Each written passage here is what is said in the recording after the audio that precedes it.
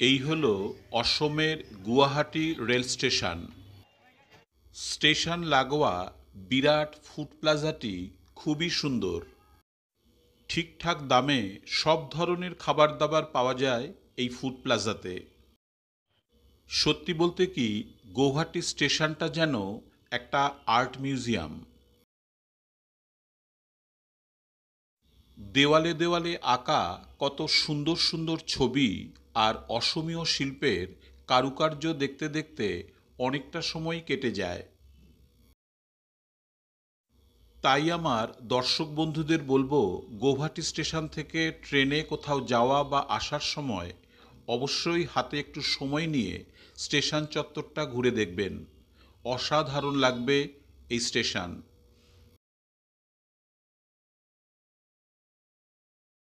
আমাদের ট্রেন রাত ৯টায়, 12518 গুয়াহাটি কলকাতা গরিবরথ এক্সপ্রেস।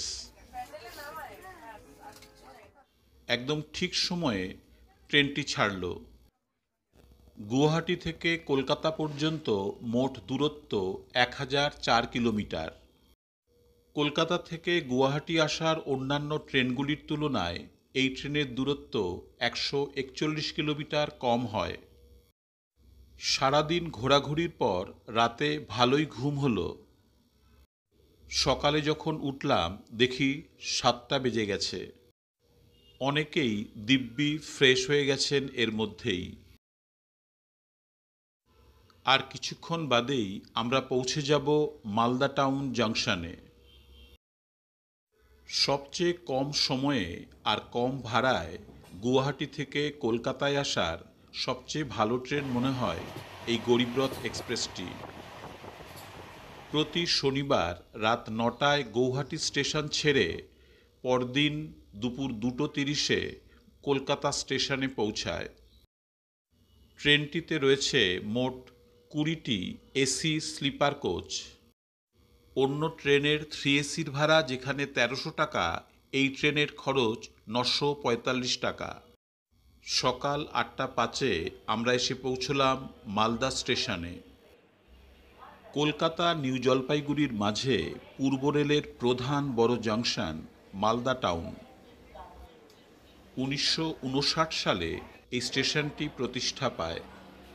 গৌড় ও পান্ডুয়া বেড়াতে হলে এই মালদা থেকেই যাওয়া সুবিধাজনক।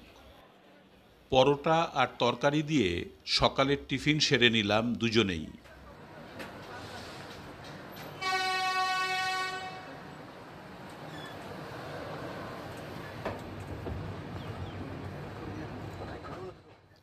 আম, রেশম শিল্প আর ঐতিহাসিক স্থানের জন্য বিখ্যাত শহর মালদা ছেড়ে আমরা চললাম ফারাক্কা হয়ে কলকাতার দিকে।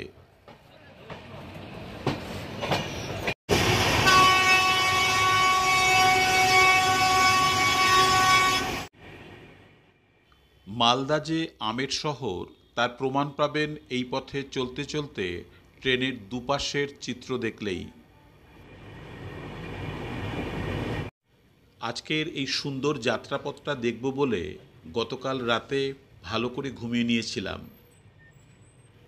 রাতেই পার হয়ে এসেছি Goalpara town, new Bongaigaon, Kokrajhar, new Alipurduar, new Cooch Behar, Jalpaiguri, এইসব স্টেশনগুলি।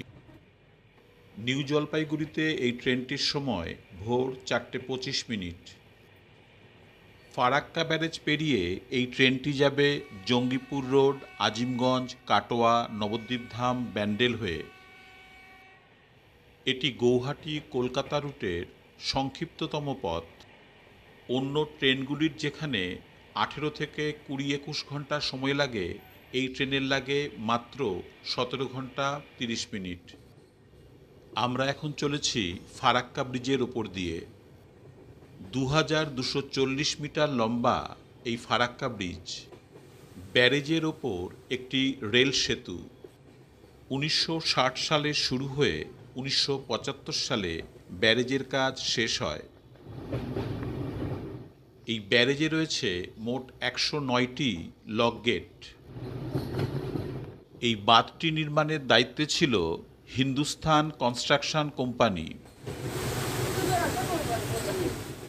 এই বাঁধ নির্মাণের প্রধান উদ্দেশ্য ছিল ভাগীরথী নদী আর কলকাতা বন্দরকে পুনরুজ্জীবিত করা।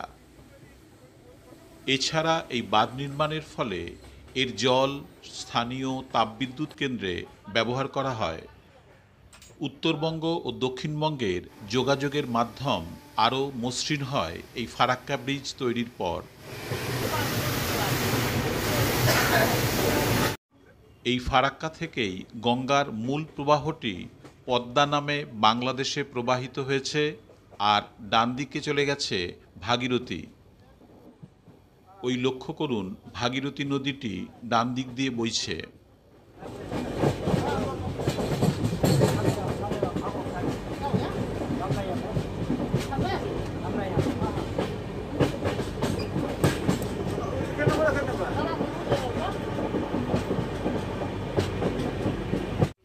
ফারাক্কা ব্যারেজ পার হলেই পরে নিউ ফারাক্কা রেল স্টেশনটি। খুব অল্প সংখ্যক ট্রেনই দাঁড়ায় এই স্টেশনে, তবে স্টপেজ না থাকলেও কি কারণে যেন প্রায় সব ট্রেনকেই আমি এখানে থামতে দেখেছি। হয়তো কোনো টেকনিক্যাল হল্ট থাকতে পারে।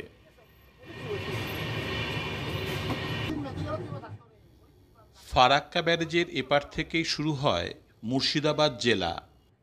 ফারাক্কা ব্যারেজ তৈরি হওয়ার পর থেকে সড়কপথ এবং ট্রেন পথে উত্তর ও দক্ষিণবঙ্গের যোগাযোগ খুব সহজ হয়েছে। আমূল পরিবর্তন ঘটেছে উত্তরবঙ্গের সঙ্গে দক্ষিণবঙ্গের যোগাযোগের।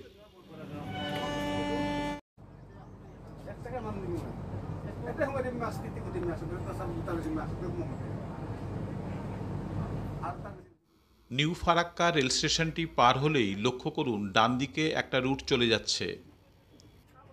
ওটি হলো সিউড়ি বোলপুরের দিক, আর আমরা চলেছি আজিমগঞ্জের দিকে। আমাদের গরিবরথ এক্সপ্রেস ভাগীরথীর গতিপথ ধরেই চলতে থাকবে।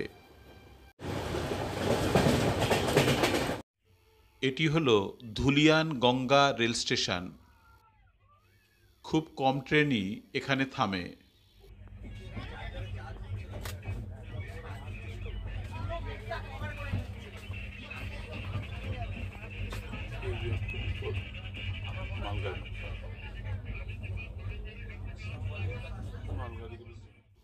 ফারাক্কা ব্যারেজ পার হলেই গঙ্গা আর পদ্মার অনেক শাখা প্রশাখা এদিক ওদিক ছড়িয়ে পড়েছে। কোনোটা ভারতের মধ্যে, কোনোটা বা বাংলাদেশের মধ্যে দিয়ে প্রবাহিত হয়েছে। অধিকাংশই আমাদের কাছে অজানা। অনামী নদীর মতো রয়েছে অনেক অনামী স্টেশনও।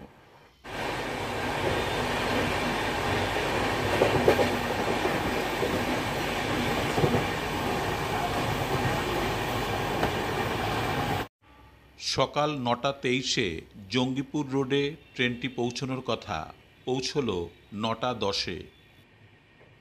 বিরাট বড় আর সাজানো গোছানো রেল স্টেশনটি। একসময় রেশম ও নীল চাষের জন্য বিখ্যাত ছিল জঙ্গিপুর। জঙ্গিপুর রোড স্টেশন থেকে জঙ্গিপুর শহর ৫ কিলোমিটার দূরে। উইকিপিডিয়া জানাচ্ছে, সম্রাট জাহাঙ্গীর জঙ্গিপুরে সেনানিবাস তৈরি করেছিলেন। গরিবরথের প্রতিটি কোচই 3AC, কোনো সেকেন্ড বা ফার্স্ট ক্লাস নেই। জঙ্গিপুর রোড থেকে হাওড়ার দূরত্ব ২৫২ কিলোমিটার।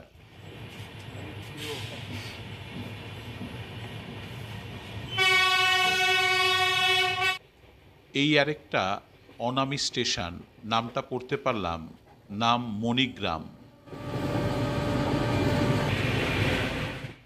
পরবর্তী বড় স্টেশন আজিমগঞ্জ। বিরাট বড় আর খুব সুন্দর rail station Azimganj. Nasipur rail ব্রিজটি চালু হওয়ায় কলকাতা থেকে কৃষ্ণনগর বহরমপুর হয়ে সরাসরি চলে আসা যায় এই আজিমগঞ্জে। এর ফলে শিয়ালদা নিউ জলপাইগুড়ি রুটের ট্রেনের ২১ কিলোমিটার পথ কমে গেছে। ঐতিহাসিক ও সাংস্কৃতিক ঐতিহ্যের জন্য বিখ্যাত আজিমগঞ্জ। প্রচুর মন্দির রয়েছে এই আজিমগঞ্জে। বেশ কয়েকটি পোড়ামাটির মন্দির, গঙ্গেশ্বর মন্দির, ভবানীশ্বর মন্দির, পঞ্চমুখী শিব মন্দির, এই সমস্ত বিখ্যাত মন্দির রয়েছে আজিমগঞ্জে। এই কারণে একসময়ে আজিমগঞ্জকে বলা হতো বাংলার বারাণসী। ট্রেন পথে চলতে চলতে এমন কত যে জনপদ এভাবে পার হয়ে যায় তার কোনো হিসেব নেই।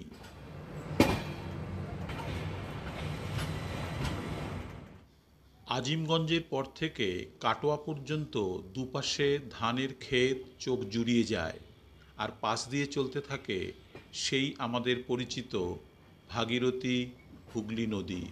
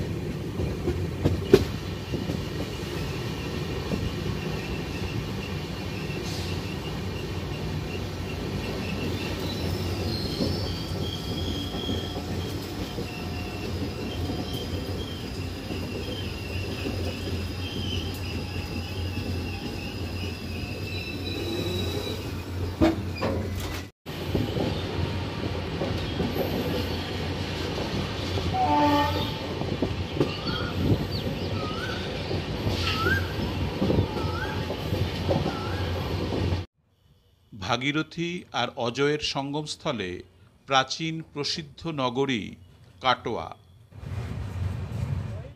কাটোয়ার অবস্থান খুব সুন্দর। এটি বর্ধমান জেলায় অবস্থিত। মুর্শিদাবাদ ও নদিয়া জেলাও খুব কাছে। কাটোয়া থেকে বর্ধমান যাওয়ার ব্রডগেজটিও চালু হয়েছে 2017 সালে। কাটোয়ায় ট্রেনটি এসে পৌঁছেছে 11টা 40 মিনিটে। ট্রেনটির পৌঁছানোর কথা ছিল 11টা 24-এ। বৈষ্ণব ভক্তদের কাছে কাটোয়া অত্যন্ত পবিত্র স্থান। 916 বঙ্গাব্দের পৌষ মাসে শ্রী চৈতন্যদেব কেশব ভারতীর কাছে দীক্ষা নেন এই কাটোয়াতেই। কাটোয়ার পরের এই স্টেশনটি পক্ষীপ্রেমীদের জন্য খুবই গুরুত্বপূর্ণ। এটি হলো পূর্বস্থলী। খুব বর্ষার কয়েক মাস বাদে সারা বছরভর পাখি দেখতে আসেন অনেক পক্ষীপ্রেমী এখানে। স্টপেজ না থাকলেও ট্রেনটি বেশ কিছুক্ষণ থেমেছিল এই স্টেশনে।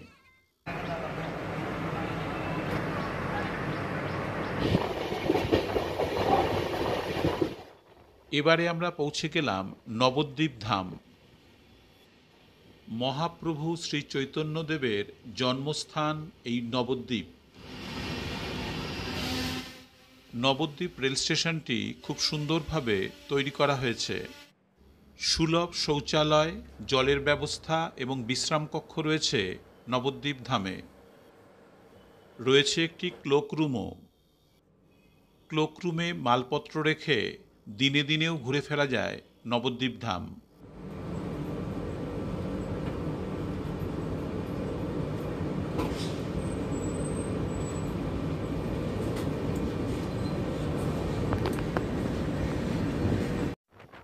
লক্ষ্য করুন, ওই দূরে দেখা যাচ্ছে ভাগীরথী বা হুগলি নদী। নদীর ওপারেই মায়াপুর আর কৃষ্ণনগর।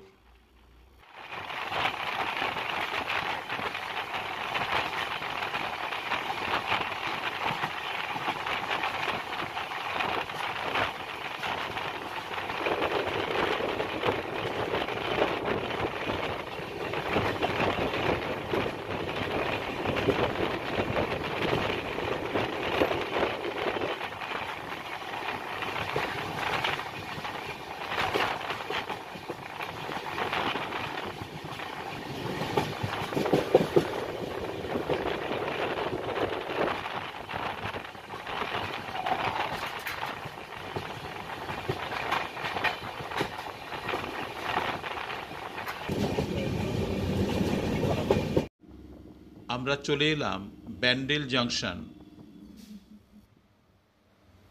আমরা ব্যান্ডেলেই নেমে পড়েছিলাম, কারণ এর পরের স্টপেজ কলকাতা স্টেশন।